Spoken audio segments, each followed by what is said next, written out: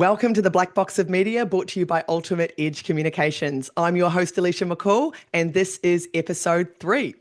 This is the podcast that lifts the lid on the hidden strategies behind performance media advertising. If you've ever wondered why some campaigns deliver incredible results and others fall flat, this is where we break it all down. In each episode, I sit down with marketing experts, media buyers, and brand leaders to reveal the tactics, insights, and real-world case studies that drive results. No fluff, no jargon, just actionable advice to help you cut through the noise and make media work harder for your business. Whether you're a CMO, a marketing manager, or a business owner looking for an edge, this is your backstage pass to results-driven media. So together, let's unlock the black box of media and transform the way you think about advertising. Now, in today's episode, we are going to be talking all about scaling and funding a startup into a household name. What does it take to transform a startup into a household name? In this episode, we are going to speak directly with the founder of Ivory Coat to get an inside scoop on how he built a household name from a warehouse in Alexandria. We dive into the test and learn approach, the strategies that drove rapid performance improvements, and the media investments that actually deliver results when launching a campaign for the first time. We also explore how startups can leverage media to support their distributors and what it takes to compete against large brands with seemingly endless marketing budgets. I'm absolutely delighted to introduce to you our podcast guest for today. We are joined by a true innovator in business, Steven Deveraux-Stanford, a multi-business founder, disruptive brand builder, and expert in business development. Steven has made a name for himself by creating and scaling brands across industries like real estate, pet food, and advertising content. His track record speaks for itself, having successfully founded, scaled, and exited multiple businesses, earning accolades from the Financial Review Fast Starters list to international recognition from CNBC and Bloomberg. Whether it's redefining markets or pioneering bold new strategies, Steven thrives on breaking boundaries and driving innovation. And trust me, this man is a busy man. I have watched him do all of this single-handedly and break down barriers to achieve absolutely incredible results. So I'm absolutely delighted, Steven, to have you on the podcast today. Welcome. Thank you. What an introduction. Oh, we had to make sure I did justice to everything that you've been achieving in the years that we've known each other. So look, I'm really excited, Steven, to have you here today because I think you're going to be able to give us a really unique perspective on the founder's journey and what it is like to actually own the business, run the business, work in the business, and have to make all of those key decisions as you go through from where you are now to where you want to be. And I know when you started out, you had a very clear outcome on what it was that you wanted to achieve, and you were able to bring people on the journey and partners on the journey to make that happen. So I thought we'd start our questions today by really asking you, what were the key milestones in Ivory Coat's journey from startup to household name that you believe were pivotal in the success you're able to achieve? Okay, where do I start? Uh, Look, I think for me, I was obviously new to pet food. I was obviously new to the pet industry, and it wasn't something that I was totally familiar with. So I guess when researching the market, I guess what I suggest to most people who are starting a business in an industry that is very large and has a lot of saturation is we had to find a product that would effectively we could make at a reasonable price for easy for us to get into store, build relationships with key retailers, and then hopefully grow from that. So I think, we always talk about Ivory Coat as pet food. However, it actually started with grooming products, and that was our lead into retailers. So it was quite a sort of strategic point. It was fairly cheap for us to make 7 pallets of, shampoos and conditioners. And then we went round and Petbarn was actually our first customer, and they bought it off of a PDF presentation that I did, saying, these are exactly the type of products that we want in our store, the products that consumers want. We said, great, no problem. So, I then sort of went back and said, shit, we've got to make these things now. So Actually got to do it. that's it. But what that did is really allowed us to one then start, traveling through the nation, knocking on doors, speaking to retailers, and getting some product in there to get more feedback on the industry and really educate myself in the industry. So then what we were able to do is really assess the need and demand for food. And the biggest thing in the industry, just because you're buying it on such a regular basis, is food. But it does take a lot of money and a lot of inputs in order to get a food up and running. So You went into a retailer and most of them would tell you they need another food, like they need a hole in the head. If I heard that, 100 times. So, but consumers were telling us that they wanted better food. Mhm. So I guess, we had to bridge the thing between, yes, what consumers want, and then how do we get it on stores for, consumers to actually buy. So, Stephen, that's a really interesting point because what happened and what you're able to achieve is after all of those no, no, no, no, no's, and hey, we don't need another product, you were still able to create something off a very strong consumer insight that you had identified to actually fill that gap in the market. So, can you tell us a little bit more about that? Yeah, so I guess given that the market is really controlled in Australia by sort of a few key players, Colgate, Nestle, and Mars, there's not a lot of innovation in the section, so in the industry. So we were finding that consumers were looking for better, but didn't have many options to go to because it was controlled by these, three larger players that didn't really have an incentive to improve the food. So we looked at other countries, and obviously, we follow America very well. We did have a few American brands in Australia that I guess weren't very well known because they weren't marketed here. But the quality of pet food generally and the regulation in the US is much higher. So we thought, well, we don't have to reinvent the wheel here. We need to look at what they're doing in the US, and that for us was grain-free food. So ultimately, my I guess, thought on and philosophy on pet food is it should be a high meat diet with complementary fruits and vegetables. It's that simple. So, there Yeah, and so doesn't that was the really, that was the catalyst, right? Of going, that's okay, it. now we're able And to. effectively, there was no grain-free food in Australia. There was a couple of American brands here that were sort of unknown. And I guess the problem was this, there was no marketing or education around what grain-free was, what the benefits were, or, to allow consumers to make the choice to move to grain-free. Whereas, fast forward, 15 years now, I mean, Supercoat is in, grain-free, I'm pretty sure, in supermarkets. So, it's become now the staple. So effectively, what we've helped to do is totally change an industry as well, and I guess raise the standard of food by other manufacturers too. No, that's fantastic, and I think that's really underpins the success of what Ivory Coat has been. So now I want to change tracks a little bit and get into the way in which you approached your first time media advertising buy. So you were obviously, starting to build momentum. You knew that you were onto something really good and you were starting to get the traction with the distributors. And now it was time to have to invest actual dollars into media advertising. So my question for you is what advice would you have for founders running their media campaigns for the first time, and where should they invest to actually see results? Because you were quite deliberate about your approach. So can you share a little bit of that with us? Yeah, I've got quite some thoughts on this, and I guess I was always sort of from day one. I believe in constant advertising, so I call it an always on strategy. Mhm. I'm a big fan of digital and a big fan of social. And I guess the reason for that is it's very measurable. It can suit any budget, and it can really sort of drive results to a very specific targeted market. So, and I guess that's where especially for a startup like us, we had to decide, well, who is our market that is going to buy at that stage, $110 bag of dog food?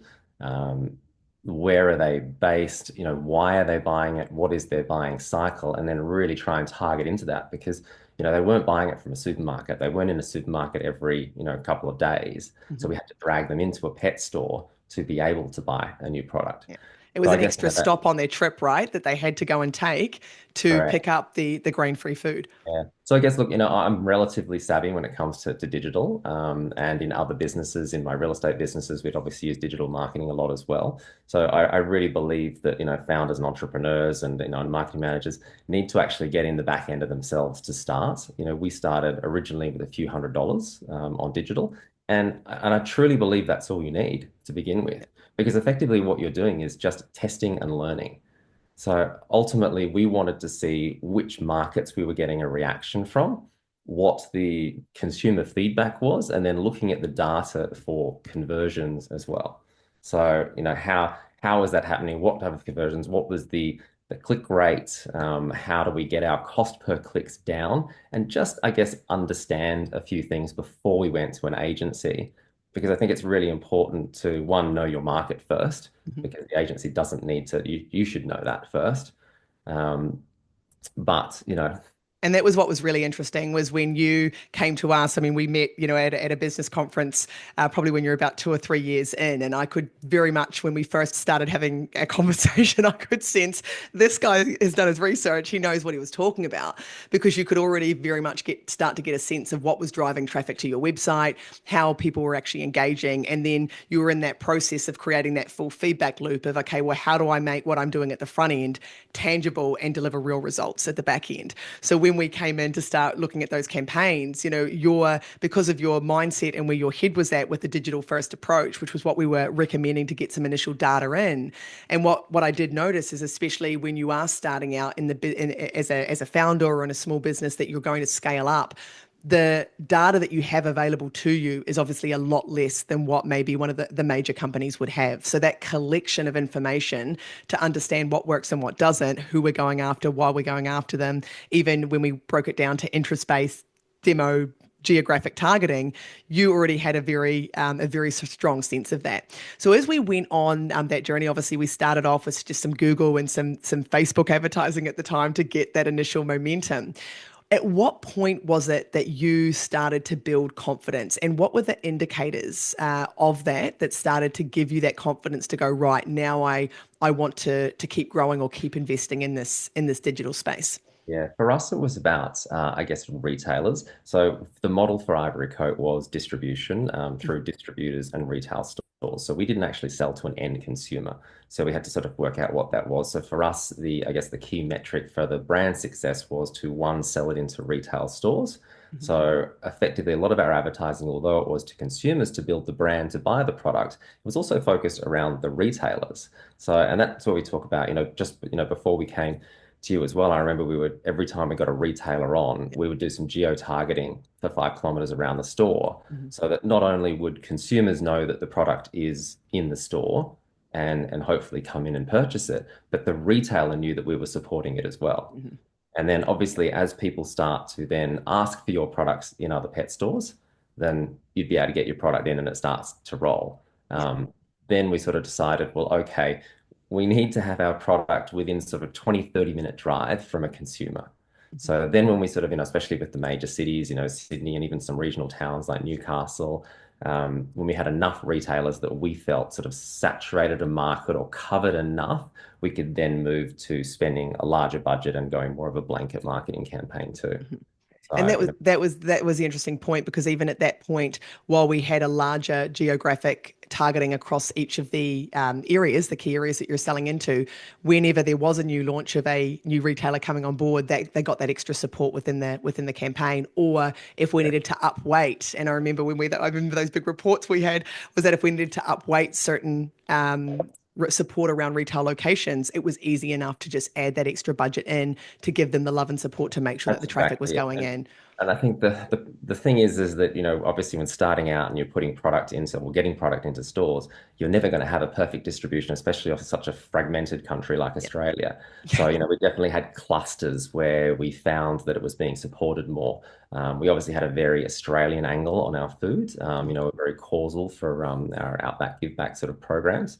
And that sort of forced us into a lot of these semi-regional towns that we had a lot of success in. So I don't know, we did do initially some TV marketing, which was pretty unsuccessful for us. So I guess, this is why when we talk about, digital and things, we can talk about measurable results. We thought, well, great, New South Wales, we've got enough there now. Let's start some TV campaigns and everyone's going to flood into stores. No, not at all. And was there any And way what of they just didn't measuring work. it? No, it just didn't work. We threw a bunch of money down the drain on creating the adverts to begin with, and then a bunch of Right. money for, a couple of months on, late night slots that we could afford, in television. But, we couldn't really tell who was actually Yeah. seeing those ads and what were they doing afterwards, and were they getting enough repetition where, at least with, digital, we can actually see all that thing in the back end. So we know how many, eyeballs are seeing it. We know how often they're seeing it. We can retarget them once they have seen it and engaged with us. So, we're really getting in there. Then we can geo-target around our stores when they're close. We can do all sorts of things to really target it. But Yeah. I mean, obviously with yourself, it was actually yourself that recommended radio. And the strategy that we moved on to a little bit after the digital. And I think that sort of once we had those 70 stores within each state was sort of a Like a milestone, right? It was like that yeah, point where, it was kind of where we thought, okay, 70 stores, if we start to do a bit more blanket advertising now, people will be able to find us. So we yeah. started to really work on that, brand awareness then with radio. And for us, it was education.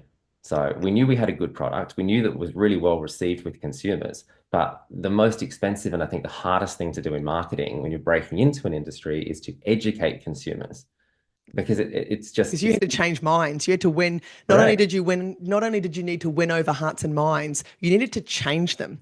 And for correct. people to understand that it was worthwhile investing in this product for your dog's health, your dog's benefit, right? And that was not like that was actually quite a challenging time to get people to think differently. Correct. And for those that don't know the pet market as well, people generally don't change pet food. It's not like you go in and find a bag on sale and you'll buy a new bag of food. People are very brand loyal to brand, and generally that maybe they're not loyal to the brand. It's because simply by changing a dog's food often the dog will need to transition onto a food and they'll get sick, with diarrhea. Mhm. No one wants diarrhea every 6 weeks when they change a bag of food. So No, you thank you. no, and No, this is thank you. this is it's just another sort of barrier to be able to get people onto the product. Mhm. So we really had to look at it, and I think fortunately because the industry was run by such large players that had fairly average food out there, our whole aim was to at least get people to pick up a pack and compare it to what they're currently feeding. Mhm. And it just surprised me at the lack of education in the industry and around consumers on what they were feeding their animals. We see a lot of advertising on television for these pet foods, but I think, if you're a marketer, it's a really good thing to do. Next time you see a pet food commercial on television, see what they actually say about the food. See what they say about the ingredients. Real meat is probably about the only thing you'll hear them say, but it's talking more about the relationship between your dog, not the ingredients, because there's not really a lot good to say about it. Mhm. So we knew that if we had, we highlighted our ingredients on pack, if we had the consumer read the ingredients of their current food and then read the ingredients that ours that read high meat content, some meats and vegetables, that they would purchase our product. Yeah. How do you get everyone to? And speaking to that, like I remember specifically, and that whether it was the Facebook ads, Google, or when we launched on radio, really speaking to what is in the pack. Look at the pack. Look at what's in the pack, understand what's in the pack, because this is your dog, this is your dog's livelihood, this is your dog's health. And so creating that association of the happiness, the quality of life that they can have as a result of their diet and how important that was, I think really started to change. And you could very not I know it was probably wasn't quick for you, but as an outsider looking in, watching that change shift over time, you could start to see, Yeah, okay, now people are starting to get it. And now to your point, 15 years later, you were absolutely on the money, so to speak, because now you've got a lot of brands that have almost all brands have that range available within right. their range. So talk to me now, Stephen, about this whole test and learn approach, because we were testing a lot of stuff. You were not, and I know we were doing that on the media advertising side of the business. However, you were testing a whole bunch of other stuff within the business as well. So how did you approach rapid testing and optimization to drive performance improvements? So let's stay specifically on the media advertising space. Is what was that? How did you see that run, and then why was that so important in the beginning? I think in the very beginning, we were trying to work out what our market was. So, or who our consumer was, I guess. We had initially when starting the brand, we thought it was going to be more the eastern suburbs of Sydney type consumer Mhm. that wanted to pay $110 for a bag of dog food and wanted the best on the market. Whereas we actually found that was incorrect. And by putting these ads out and I guess getting feedback from consumers is that it was actually the people Western Sydney Mhm. general, consumer would be, 30s, 40s, with children. And it just kind of blew us away. And that wasn't the market that we were necessarily sort of aiming for. But, for us, it was a good thing because it's a much larger market as well. So for us, I mean, I remember at the very beginning, we realized that our market was very skewed towards women. Yeah. So very skewed toward women. So we did photo shoots with hot guys and dogs, Yeah. to Yeah. pick out, A lot of the time they were the good performers as well, right? Like when we they had our were. That was ABC test, exactly that it was the because one that. people would click on them, people Yeah. would want to see what this is, and and that worked for us. And then I guess we were just looking at obviously I guess what the click-through rate was or what people were uh, Engaging with or engaging, liking or engaging yeah, with. yeah. Yeah, correct, with the brands. And if it wasn't working with digital, it's very easy to change it. So, we're looking at it on a weekly basis. I know when the campaigns got larger, we looked at it more on a monthly basis, sitting Mhm. down with you. But originally, I guess as a founder, you don't have a lot of money. You don't want to spend a lot of money. And I keep saying with digital is you don't need more than a week. I mean, after a week, you can see between, I mean, obviously you can change the imagery on an ad, you can change the copy on an ad, you can change, the promotion, you can change how they contact you or what the call to action is. So that's effectively what we did until we could, run all those ads together for a week with a small budget to the same audiences and see which ones worked. And I think if you don't do that at the beginning, you're effectively throwing money away. I would never recommend anyone that just bounces out there with $100,000 worth of ads. Yeah. Well, Um, as you we know, say, hope's not a strategy, right? So it was oh very my much like God. you cannot run. And we see this all the time with brands kind of just going and going, right, we're going to run this. Media agency's got it covered. Let's just see how it goes. And, 20, 30, 40, 50, $100,000 later, it's like, oh, well, that didn't work. But this I is hear where it this, all the time. yeah, yeah. And I think you'll find too, because I remember talking to you, and our lookalike audiences within Facebook were Mhm. those that generally worked the best and had the lowest cost per click through. And Correct. how did we get those lookalike audiences? For those who don't know, it's a database of people who have effectively already engaged with your brand. So you know these people, and then Facebook puts out um, a similar group of people, your ads to a similar group of people to those that have already engaged. So we needed a larger database though of people. So I guess when you start marketing as well, yes, there's digital, but for a company that's got a product, the easiest thing for us to often do is to sample your product. And how And did that go, Stephen? How did the sampling go? everybody loves a freebie. Oh, So yeah, we learned that very quickly. yeah. Look, I mean, we worked out it was about 70 cents to make our samples plus a postage stamp and an envelope. And now I really didn't factor in the time that it was going to take to pack some of these things Yeah. originally.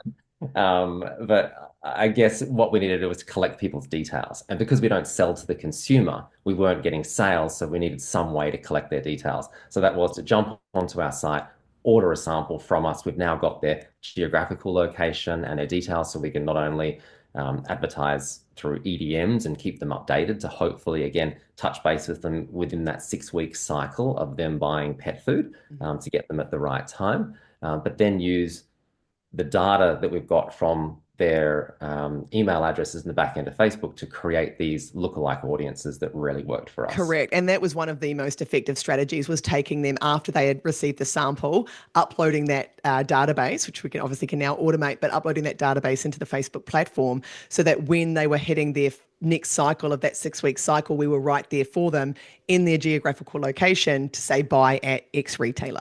And that connection, even in the very early days of making that between, hey, I'm going to give you my details to receive something in return, in this case, a sample, but then us being able to leverage that, you from an email automation point of view to keep having the conversation, but then us being able to take that and leverage that on media to one, target that consumer when they're what I call closest to the point of purchase, closest to the point of consideration, but then also use that as a very clear, good first party data set to continue to find more people that look like those people. And then all of a sudden, 1 month, 6 months, 12 months later, now you've got a much larger database, a much larger first party data set that you can leverage and use to grow the business. So I think that was And I guess very, this very is, what to remember is this is all being done to effectively reduce your cost per click because correct. effectively you want, efficiency in your marketing. So Mhm.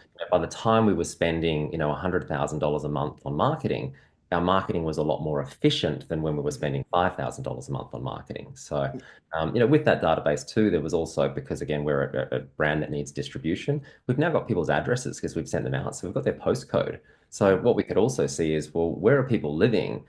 We can map that out and say, well, shit, we need more retailers near where these people are. And you could end up seeing clusters of that. But, And I remember you taking that as a case to the retailers. Like, look, here is correct, all the samples that we've sent out. Here is the demand. Now we need to get stocked in this particular retailer. correct. Correct. And And I that's a think, beautiful example of that feedback loop, just to be like all of that data you've got coming in, the test and learn strategy, now using that data. Because often I think what happens is, especially as founders, and I know you can speak to this, is there are a million and one things that need to get done. There are so many different tasks, priorities, whatever it might be. And often what happens is you sort of do the 50% or the first 50%, maybe the first 60%, but it's the last little bit that makes the big difference to get the outcome. And you were very good at always following through on that back end feedback loop, I think, because you're so clear on the outcome that needed to be achieved, to make sure that whatever was tested and learnt on the media advertising strategy then got implemented and followed through from a business perspective to make sure you got the leads, the sales, and whatever else it was. and I think, there's one step that, we did with yourself as well with landing pages, for instance, as Mhm. well. So, whilst we're testing and learning and we're testing and learning on adverts, we also need to look at the actual experience from the consumer from their first point of seeing you to the first, contact to going onto your website. I still aggravates me when I go on to purchase products on website and it takes me 10 clicks to get to the cart. It's just, there's no excuse these days. Yeah. So it needs to be a seamless process. But I think sometimes, again, you need to take a step back and look at it from a consumer's point of view too. Because sometimes as business owners, we're a little bit too close to our own business that we may think we're selling our product well, but a consumer, may not see it the same way. And I don't always keep saying, we've got to advertise to the lowest common denominator because it's that, that it's not that one person, unfortunately, that's not going to quite get what you're selling. It actually is the majority. Yeah. So you've got to look from a consumer's point of view. What's their experience when they come onto the site? Have they got all the information they need? Because what you don't want is to spend all this money on marketing and have them bounce off your page in 10 Yeah. seconds.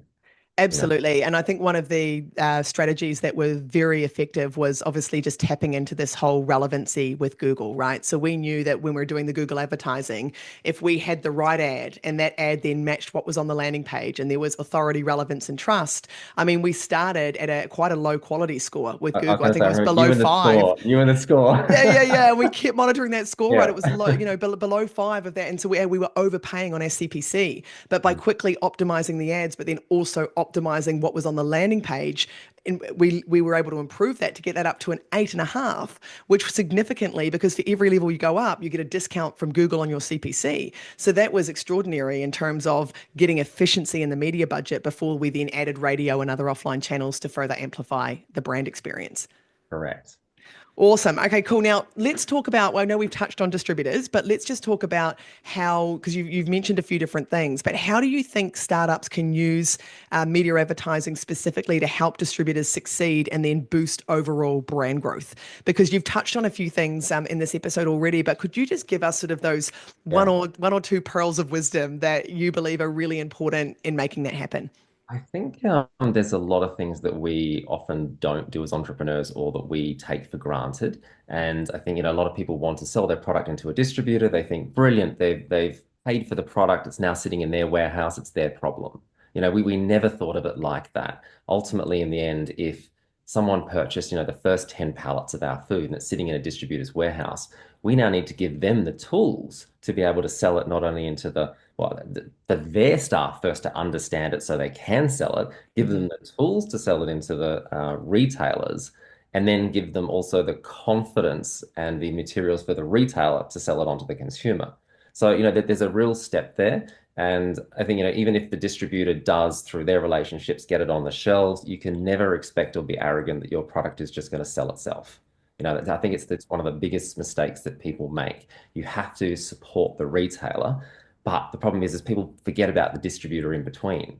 So what we were doing was every quarter, we obviously knew what we were doing for marketing. We knew what we were doing for marketing for the retailers. We knew what promotions and things we were doing. So we were communicating this constantly to the distributors as well, because not only was it keeping us, again, top of mind against other pet food brands that were being distributed by these distributors, but they're also seeing that we were doing things. And I think as small businesses, they often think, they don't have any money. How are they going to support these products? And no one wants to buy, 10 pallets of food in to a Mhm. distributor to start and then have no support on it. And it ends up sitting and going off in their warehouse. It doesn't have. Yeah, it's So just wasted money. Yeah. that's exactly it. So, for us, it was really just giving the tools to the distributors because you've really got to educate them on your product, educate them on what the selling features are. How do we sell it into retailers? What's worked for us over the last, year or two. how can we train your salespeople now to train it into stores? Then once they're in stores, how do we support the stores then to sell the product through? And that's again not only through digital marketing, but it's in store as well. It's having great point of sale material. It's having, training manuals, a 30-page training manual on, a bag of dog food. But Mhm. that's what you needed, because effectively what you're trying to do is create ambassadors, which is the store owners or employees for us to then recommend your food in store above others. They're your foot soldiers, right? They're the ones Correct. in the shop actually talking to the customer, the last point of contact before I'm going to decide between the blue bag or the red bag. Like it's that important for And them they to. generally don't have I guess, an interest in Yeah, it, or a vested interest in it. So there's no reason for them to choose yours. It just comes down to relationships, but it also comes down to, especially in the pet industry, it's very similar to, the baby industry, yeah, is that people definitely have an opinion. And, they do want to generally do the best things by animals, and they definitely want to do the best thing by pet parents. So if they believe in the product and are educated about the product, then they will on sell it. So, yeah, they will recommend it ahead of others. But again, in recommending a product too, we have to go back to that switching of food. So, yeah.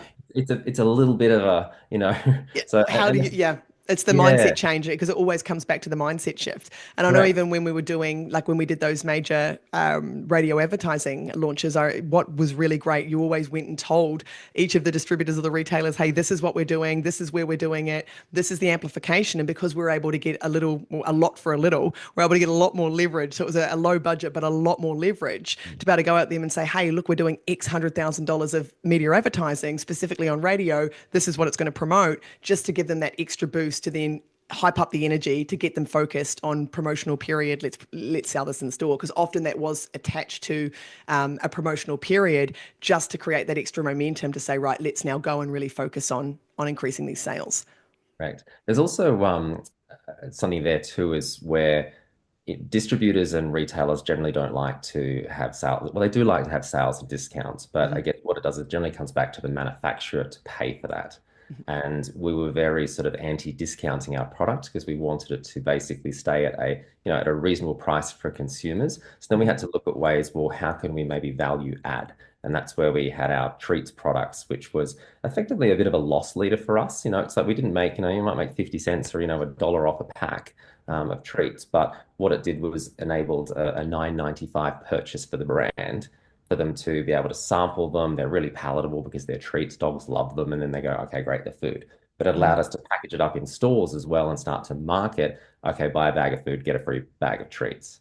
So, Yep. effectively costing us a couple of dollars. But if we'd instead done a 10 or 20% sale on that bag, then effectively we're losing more money in the promotional cost. So Correct. So it's maintaining the price integrity, but also gifting so that people feel like, okay, this is great. I'm getting something, but I'm correct. not necessarily, you're not having to discount or over discount at the And it's time. also then creating an introduction to the brand at a much lower price Yeah. point than an easier purchase. You can swap treats and change treats all the time. Yeah. So, you just want someone to pick up a box of your product to look at it and enjoy it so they know the brand. Absolutely. Absolutely. I think Now, something oh, that sorry. we didn't sort of discuss as well, and I guess was when we were talking about our markets, and sort of I talked about low-hanging fruit to market to, is we had to work out, well, what one of our products was actually selling best as well. So there was Oh, a couple yes. of Yeah. really clear winners in. So I guess when we were doing promotions and doing advertising, it's not only who the consumer is, but which product do they want. So we found that our lamb and kangaroo product is probably our number one product still today.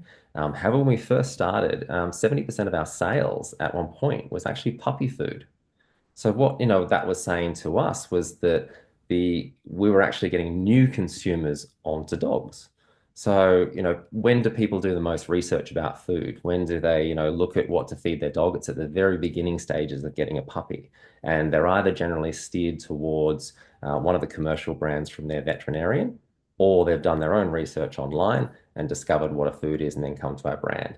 So, for us, it was really, stage of life in the dog too, to get these new consumers on board. And then obviously once you got these new consumers on board, we found them more as ambassadors than anything, because they would then start to market, your brand for you. And promote the brand for you.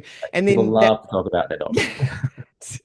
so It's like babies and dogs, right? Same thing. Correct. It's like put them on a Correct. billboard, put them anywhere, because that's the love of the owner slash dog relationship or pet relationship.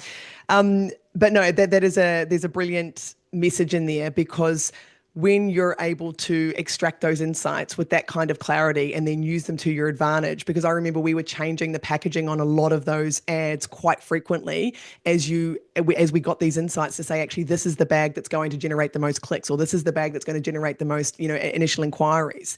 But that really all came from the insight that you had of being able to say, this is what's performing right now, this is what's not performing, let's test this, let's use this, so we could get that variety, and then we could get the results very clearly and quickly to say, Correct. right, this is what we need to use as our front end, our That front again is end. coming from that feedback loop as well. Yep. So it's coming from, Ultimate Edge in providing the data and reports, and then it's coming from our distributors in sales reports as well. And we're always on about a month lag, unfortunately, because again, we don't sell direct to the consumer.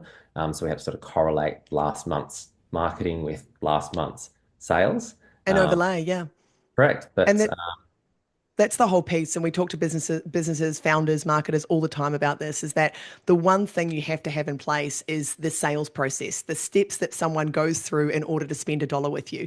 And you have to know each of those stages, and you have to be able to track where they're at. So if you're currently going, in your case, you're going from impression to click to maybe an inquiry to then in-store to then purchase. We needed to know what was happening at each stage of the funnel so that we could benchmark and then improve results.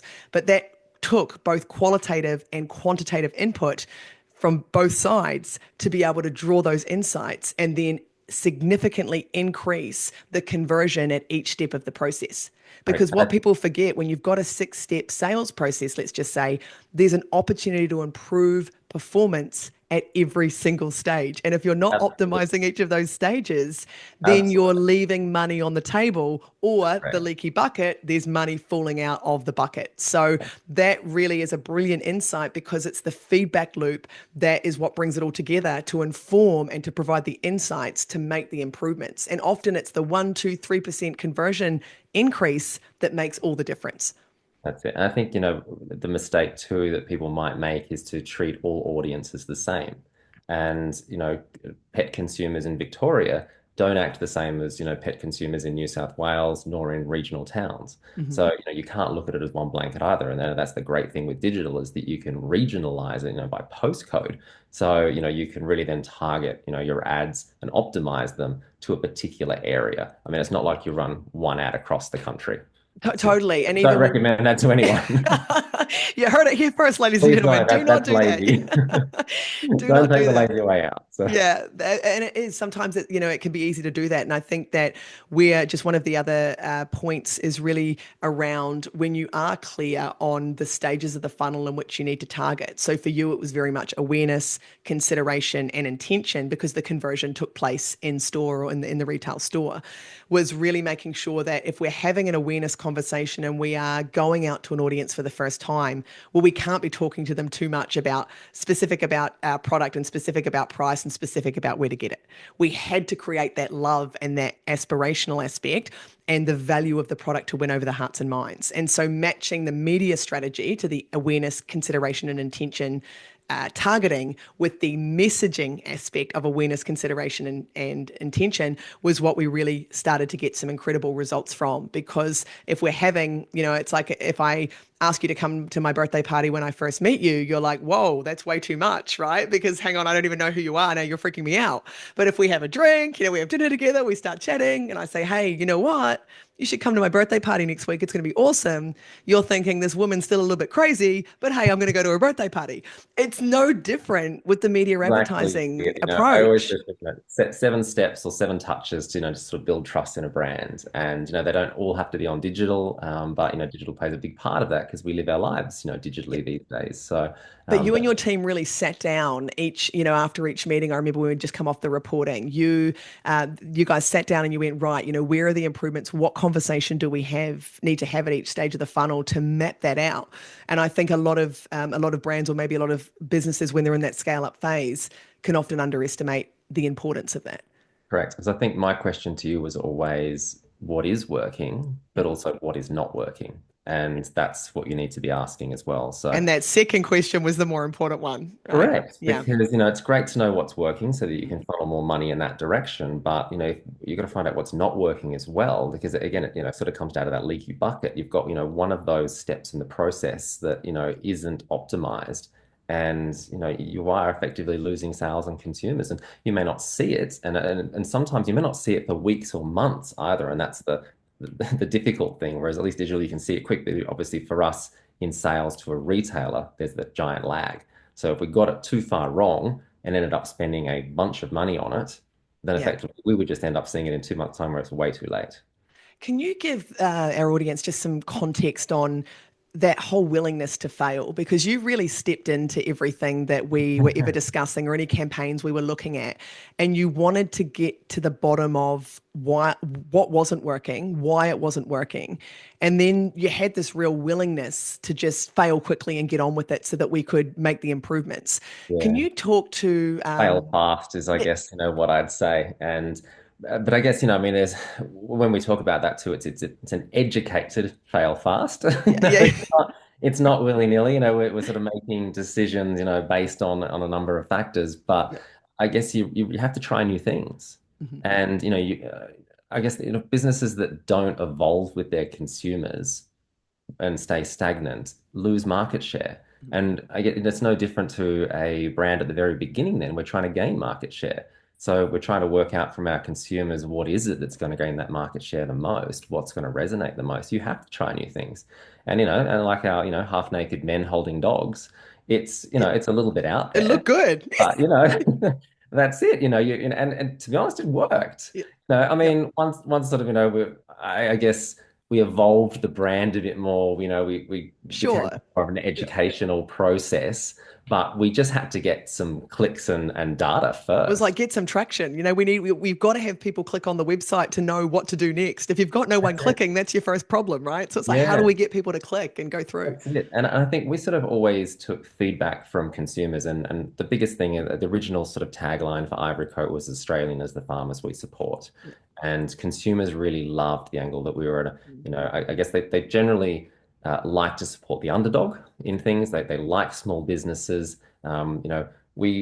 We took this right down to our packaging from the very beginning. And a lot of people said to us, your packaging is very busy. It's kind of, a little bit sort of, semi-amateurish. And it's like it was actually very expensive to create. The purpose was it was supposed to look like something that could have come out of, grandma's kitchen, and Mhm. that a small family farm could have produced this packaging. It wasn't slick and all white because again, we're talking to, what is the consumer experience when they go into store and pick up that piece of packaging?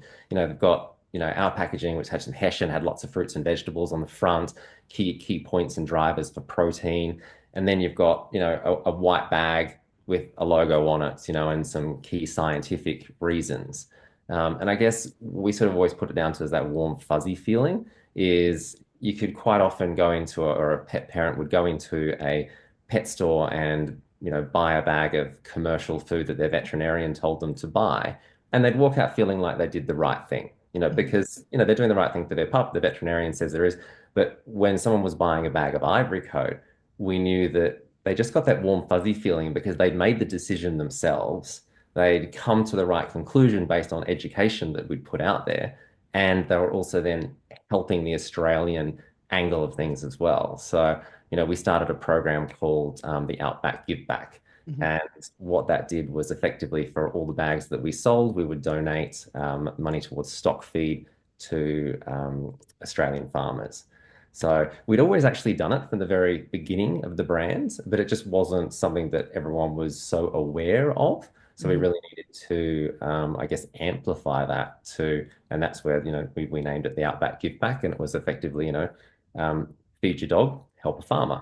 So And that we campaign aspect, like once you'd nailed the messaging, that campaign aspect just took off because it was at the time as well where people genuinely wanted to support farmers. They were going through a lot, and so tapping into that uh, pain point and that desire for people to want to support, I think, was brilliant because we could see in those campaign metrics it totally took off.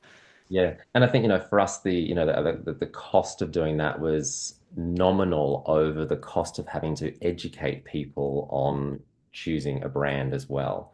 So, stock feed for us, because we can also make stock feed, is a cheap thing for us to do. But, we donated trucks and trucks and trucks of stock feed. And then I really, honestly went to help people. And, that then gave us, a great PR opportunity too. We created videos of trucks arriving on farm with stock feed. And, some of these farmers were really doing it tough. And, stock feed is expensive, and you've been in drought for many years, then you need something for your animals to eat. So they were really appreciative. And but I mean, yeah, it's Yeah, consumers really saw that as well. it's incredible. Now, last question for you today, Stephen. What challenges did you face when going up against those massive brands with the multi-million dollar marketing budgets? Your budgets were obviously in the hundreds of thousands and early millions as you grew, but how did you overcome them? Yeah, I think even when we started, everyone said, "How are you going to compete with the big Yeah. guys?" It's always the question, "How are you going to Mm. compete?" And to be honest, I never worried about it. Yeah, because I believed in our Wow. product, and I think when you can do research on the market and you can see that there's a gap, then you can jump into that gap. Then you find your market within that gap. You Mhm. know, I didn't know that it was going to be the huge success that it is, and I didn't know that we'd be sending, hundreds of thousands of products a month. I didn't sort of worry too much about what the other players and larger players were doing because I understood there was a gap in the market that we were going to fill. And I think what people need to often remember when you're competing against some of these large corporations is that they move very slowly and they're not nimble. And and this is where I guess, they would love to be more entrepreneurial, but they're hamstrung by a whole bunch of, level of management and, restrictions and red tapes and budgets and boards. Whereas I could just go, great, let's bring out some new products. I mean, we had originally feedback from consumers. We kept asking them, well, what do you want us to put in our food? So, what are you adding to our food, for instance? And coconut oil at the time was huge. So we could add coconut oil into a new product and have it on the market within 3, 4, 6 months. And And there's no way those big companies could do no, that. There's no, they would no have a way. 2 to 3 year turnaround. Yeah. So, so I guess that, comes back to your fail fast, mentality as well, is that, we took the risk by, asking our consumers what they wanted, giving our consumers what they wanted. Did it always work? We obviously there's some SKUs that don't sell as well as others. But generally, if you're taking the feedback from consumers, then, I'd take the risk that it's going to work. Yeah, So no, fantastic, fantastic. Well, look, Stephen, thank you so much for coming on the podcast today and being so willing to share these insights and these tried and tested strategies that you've shared with us all to help these founders out there grow their business, because it's certainly no easy feat. I've watched you do it firsthand, and it's been an incredible process to witness you go through, but an incredible result as well. And I know it certainly wasn't easy, but really appreciate you coming on and sharing these insights with us, and to now know where the brand is today. I'm sure you could be incredibly proud of, the very humble beginnings to now what it's doing as a Australian household name. that's it. So it's fantastic. Well, thank you very much for having me. I really appreciated it. Pleasure. So, what an incredible deep dive today that we've had with Stephen, understanding his journey from building from a very small beginning to a household name in Australia. The key takeaways: the test and learn mindset is essential for rapid growth. Media investment should be strategic and not just big in supporting distributors, but you've really got to make sure that you're clear on your outcome and where you need to get to. And perhaps the biggest insight: you don't need the multi-billion or million dollar budgets to win against the giants. You just need a sharp strategy, relentless execution, and the courage to disrupt the market. So if you found this episode valuable, make sure you subscribe, share it with your network, and leave a review. It helps us to bring more high impact conversations to the black box of media. And if there's a topic or a guest you'd love to hear from, reach out, because we'd love to hear your thoughts. Until next time, keep pushing boundaries, keep optimizing, and let's continue to unlock the black box of media together.